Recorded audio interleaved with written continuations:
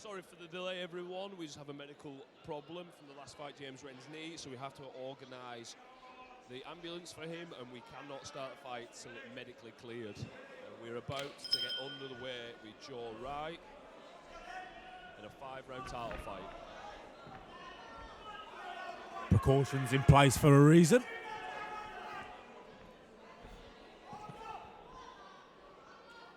Though in situations like that, it's difficult for the fighters when they're in the ring waiting because they're cooling down. Yeah. Both lads look more than ready. Playing the waiting game could throw you off easily.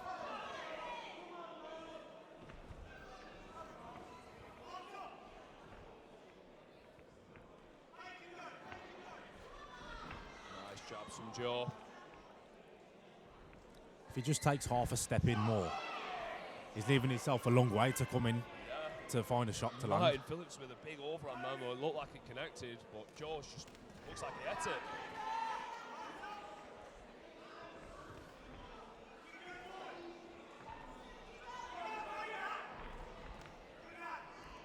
Phillips just looking to sink the shots into another one.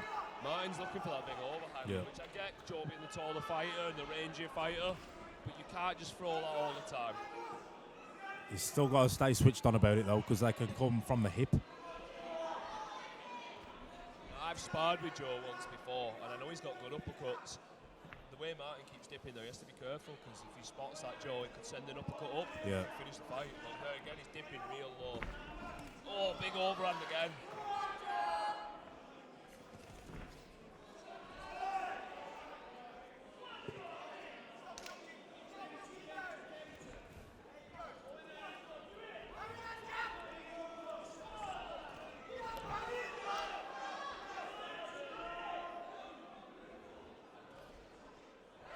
Dips quite low, does Martin. Yeah.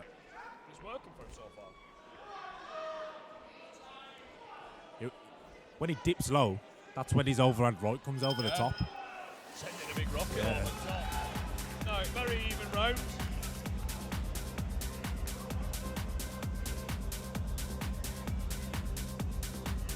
Yeah, I think if Joe can recognise how low Phillips is ducking, it could pick him off with, like you said, an uppercut or another shot that closes the distance, because if his head's always there, he's leaving himself wide open. Unless he's trying to time him on the left hook, because he knows the big overhand's coming. He's trying to time him on the left hook to the backhand. It's a dangerous game, that. Timing on the overhand comes.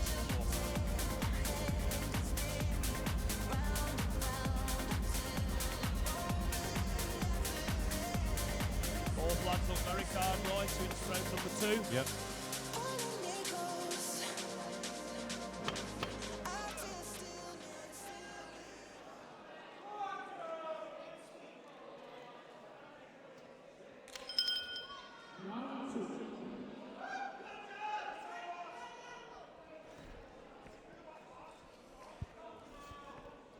Joe caught the uppercut then.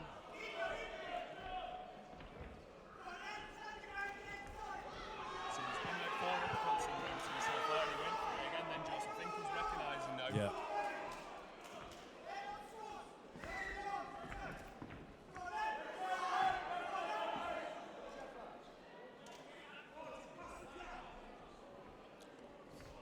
Joe looking light on his feet this round. Martin's not done that dip yet. No, as I say it, he throws a monstrous overhand. That's what we was talking about, that overhand right coming from the hip.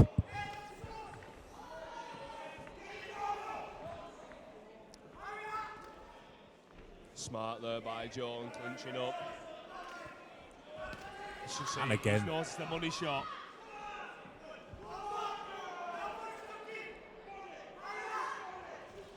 And the uppercut from Joe though. Yeah, and again, that's sneaking through the middle there. It's a tasty little fight. Just going to have to set that overhand up though. You can't just throw it at will because it's landed once or twice. You're going to have to now set it up and trick Joe into... Can't keep relying on that one punch. Back of the head.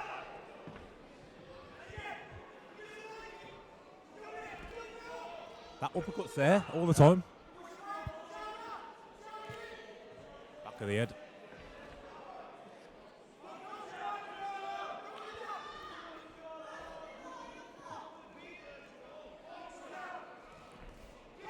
going to be an overhand coming in a second. There again, he's relying on that overhand right. He needs to lift his head up when he's throwing that, because he's not looking and he'll get clipped on counter. End of round number 2. Again, I'm still a little bit lost on who's winning this one. The bigger moment then was definitely Phillips. Yeah, it was the overhand right. But he's missed it more than he's succeeded with it. Yeah.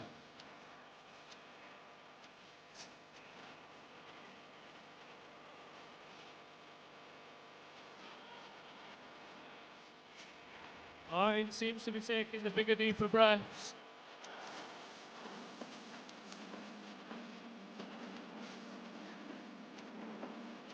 His corner team are explaining to him that he needs to set the overhand up instead of just keep throwing it, which is the right advice. He's landed it multiple times, and if he can hide it behind the shot, he could probably catch Joe with a very powerful overhand.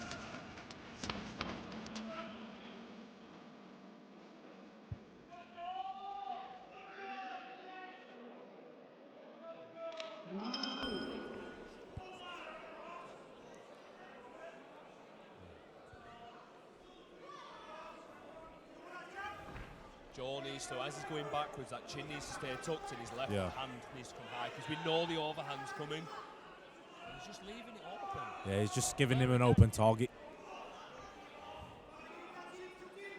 As I say, the other opposing team said the same bit of advice.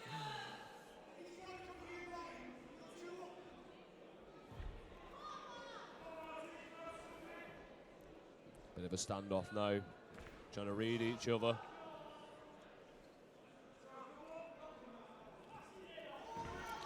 Let's not forget, these have got to do this over a course of 5 rounds, so... Yeah.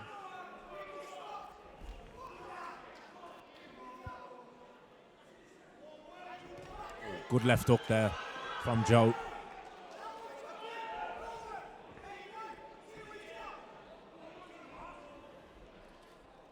You feel if Joe just feints, which forces Phillips to duck his head, then that opens a chance for the uppercut to come through. As you just said that, another big overhand comes. What I was going to say, what you just said then about feinting and setting the uppercut, what we tell people when we're training is answer the form, which sounds really ridiculous, but you guard your head like you're answering the form. And when he does that, if he can bend with a feint, like you just said, Phillips throws that the big overhand, you answer the form, catch the hand on the glove, you can uppercut him because you're defending and you can send your weight into the uppercut, just like he tried there.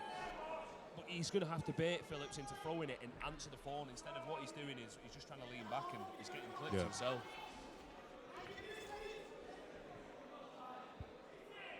At least we were thinking on the same path. Great minds think alike and all that. Wouldn't say that if you saw us both. Look, he's done it again. Joe's got his hands down, not to his head. The guard is just not there for Joe. Martin, in my eyes, is winning this fight on just one punch. Like you said, he can easily catch that overhand right, answer the phone, as you just said, and then come back with his own. Because we know it's going to come, so bait him into it and then just catch, throw. Yeah. Because he's leaning back, his chin's open in the air, and that's when he's getting caught.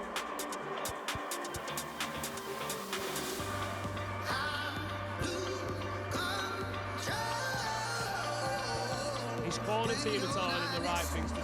Joe just doesn't seem to be fully committed to the advice. It's like he thinks he's got it the way of it, and then before you know it, he's on the end of it. You can only step so far away from a shot. The easiest and quickest thing to do is to cover your head. I can't say nothing. My nose is sideways for a reason.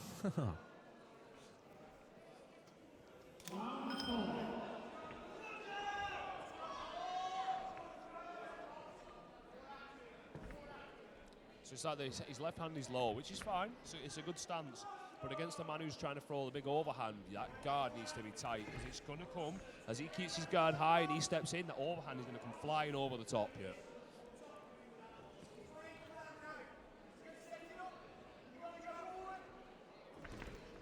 And you feel you can almost sense it's coming when he ducks his head. Yeah.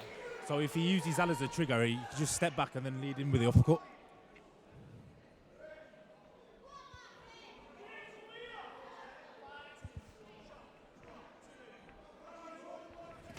sometimes you have to fight. The guy's got the bigger power punch. You have to fight fire with fire sometimes to make him not confident to throw it. That's better. The distancing from Joe's a lot better now, though.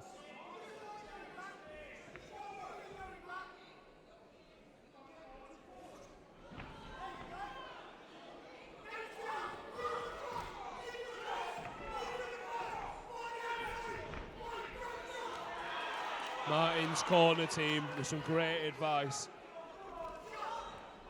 It's whether he's listening to it, though.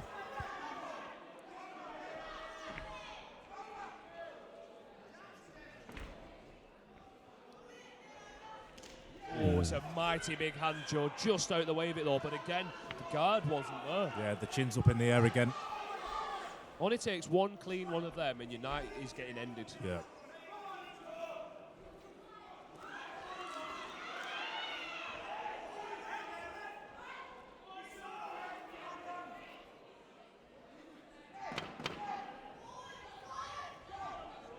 He just sent it both tiring, yep. That was another big one. I'd like to see Martin with that overhand come back with a big left hook. Yeah.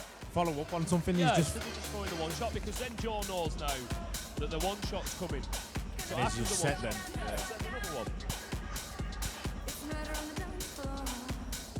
That's the end of round 4. Personally, I think Phillips has took this decision if Joe doesn't end this fight.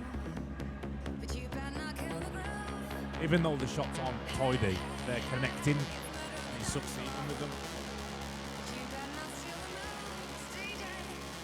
Joe's distance control there was a bit better. Yeah, it was much better, but it's still not enough because you're not leading impactful enough shots back to Phillips to take the rounds. It's all well and good avoiding shots, but you have to land them back.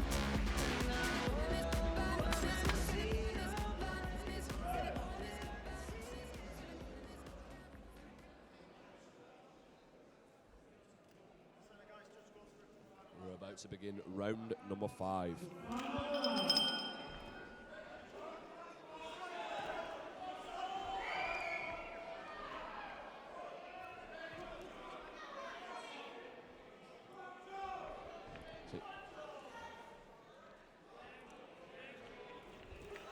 Good shots from Joe.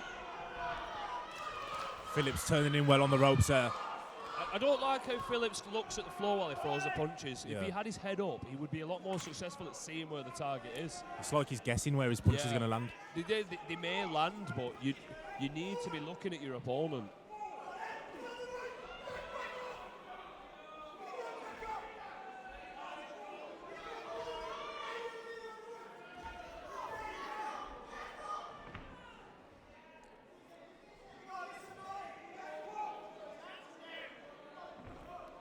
This now where Phillips is tiring, you might think this is the time to Joe to be on top, but he's just matching his tempo.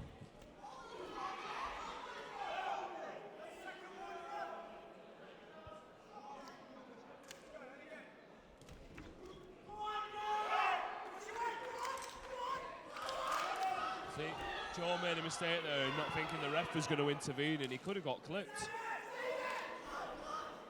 Yeah, that's a risky game, that is. Yeah. Oh, just near missing then. It's a good job he ducked under that, but he caught a good left hook himself though, Joe.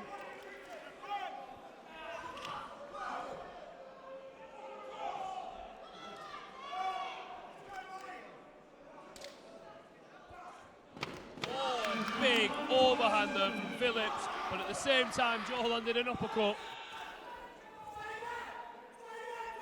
I think if the fight goes Phillips' way, that overhand right's won him the fight. Yeah, I think so. I think all 5 rounds person to me. One punch that won him that fight, overhand right. Maybe Joe felt it early on when he was confidence because he was a very big punch.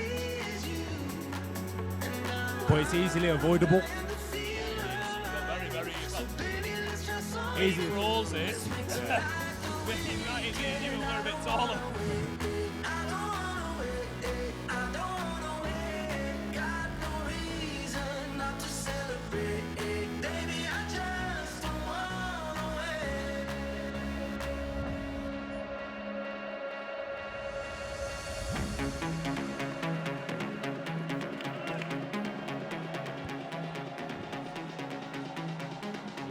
awaiting the judge's decision.